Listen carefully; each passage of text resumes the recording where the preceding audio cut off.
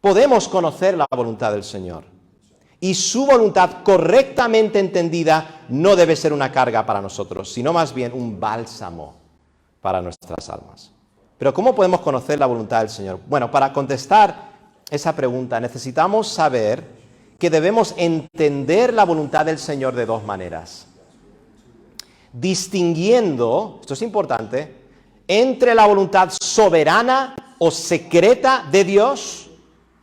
Estos dos términos se usan de forma intercambiable, la voluntad soberana o secreta de Dios y la voluntad revelada de Dios.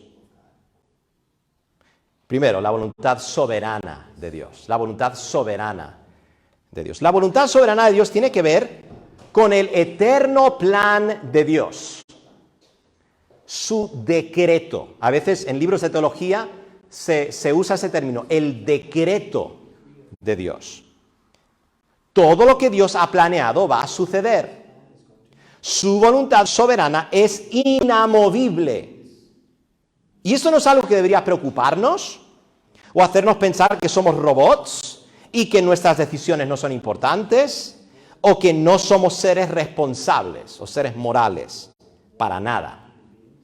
Debería hacernos descansar sabiendo que todas las cosas están bajo el control de Dios. Y Dios hace todas las cosas para su gloria y para el máximo bien de los que le aman. Tienes que saber eso. La alternativa sería que nosotros fuéramos soberanos y que el futuro dependiera de nosotros. Entonces, ¿qué es mejor? ¿Qué prefieres? ¿Que nosotros seamos soberanos o que Dios sea soberano? Porque, ¿quién determina todas las cosas? El Dios perfecto, el Dios santo es el que está en control. Así que yo puedo descansar. La Confesión Bautista de Londres de 1689 define el decreto de Dios de esta manera. Y es muy cuidadoso el lenguaje aquí. Y no puedo desgranarlo ahora mismo, pero el lenguaje y los textos que acompañan esto son muy buenos para nosotros. Quiero que prestéis atención a esto. Dios desde toda la eternidad, por el sapientísimo, sapiencia tiene que ver con sabiduría, ¿vale?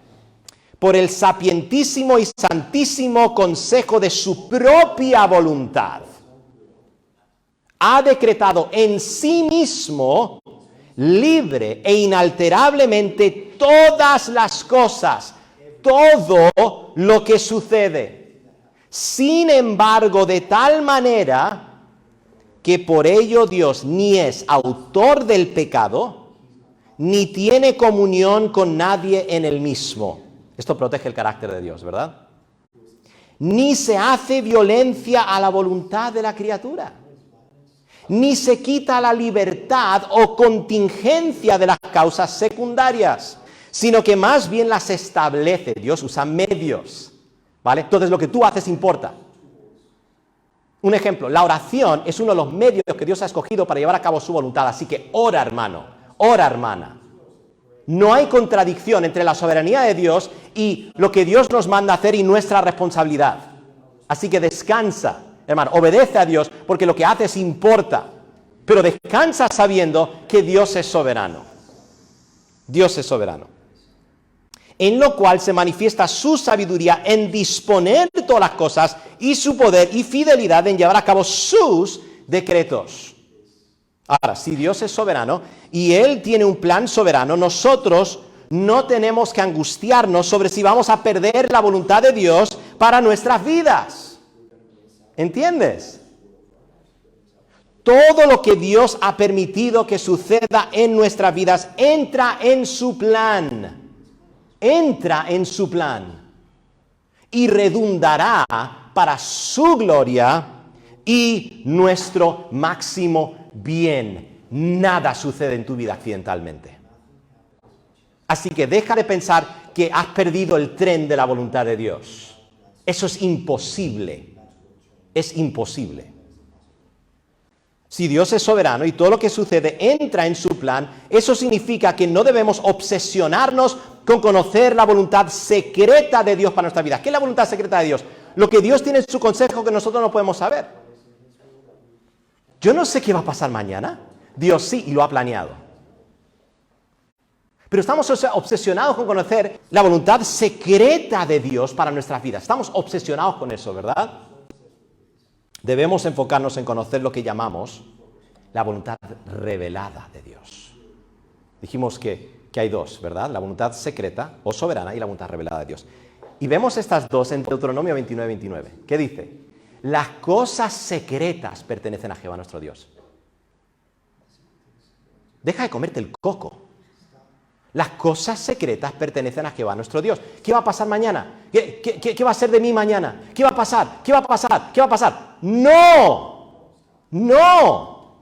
Las cosas secretas pertenecen a Jehová nuestro Dios, más las reveladas, esta es la voluntad revelada de Dios, son para nosotros y para nuestros hijos para siempre, para que cumplamos todas las palabras de esta ley.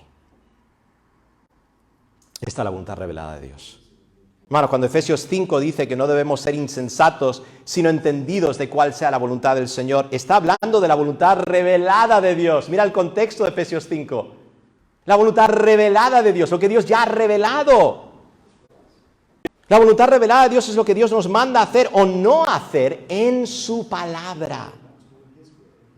Ahora es verdad que vemos ejemplos en la Biblia donde Dios reveló su voluntad por medio de profetas o directamente, especialmente en el Antiguo Testamento, pero también algo en el Nuevo Testamento. Pero, hermanos, esta no es la forma ordinaria que Dios nos revela su voluntad.